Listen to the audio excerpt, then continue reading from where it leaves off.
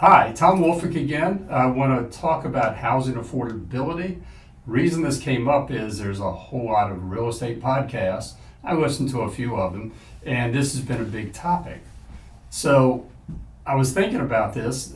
All these people have these ideas about how to bring the cost of housing down or how to make it quote unquote more affordable. So I'm thinking, all right, what are the factors that affect housing affordability?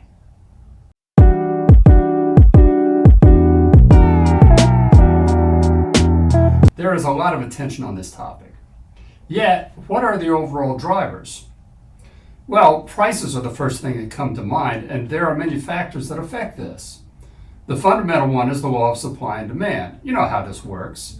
Lowered supply and or increased demand drives prices up. Increased supply and or declined demand drives prices down. Both sides of this equation are affected by factors such as mortgage interest rates, overall economic conditions, property location, housing supply, government policies, inflation, population growth, investor activity, market sentiment. Have I left anything out? With the recent Burnett Sitzer lawsuit settlement, the current federal administration's pronouncement that this will make housing more affordable, and the general statements coming out of Washington, D.C. that this is a problem that must be addressed. So while we all look at the price first, and sometimes that's the only thing we look at, what are the other factors affecting our ability to afford a home? Well, housing affordability is influenced by a whole range of factors besides the price. So here I go again. Interest rates, income levels, down payment requirements, housing supply, property taxes, insurance costs, overall cost of living for the area, credit scores, economic conditions, government programs, local market conditions, and regulatory and zoning policies. Some of these you can have control over, others you don't. Now, over the past 20 years, the relationship between housing prices and median household income in the United States has shown a trend where housing prices have increased at a faster rate than median household income. For example, from 2004 to 2007, this was during the housing boom that had led up to the 2008 financial crisis. During that time, home prices increased rapidly, significantly outpacing median household income growth. From 2008 to 2012, the housing crash led to a decline in home prices. But incomes were also impacted by the recession, with many households facing economic hardship.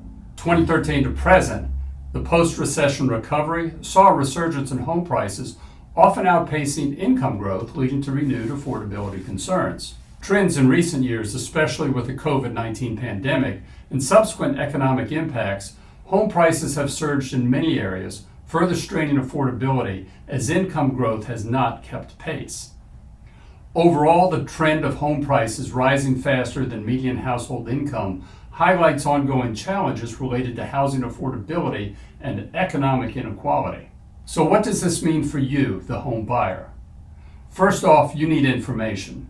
As I said earlier, price is the first item we look at, but to move forward, you must have a game plan. What can you afford? What are the hurdles involved with a purchase? How long will it take? How do you go about it? And where do you turn for solutions to the barriers to homeownership? The current playing field is not what it was 5, 10, or even 20 years ago. And that's the nature of home buying. We are dealing with what's in front of us today. To be successful at this, you need a realistic outlook.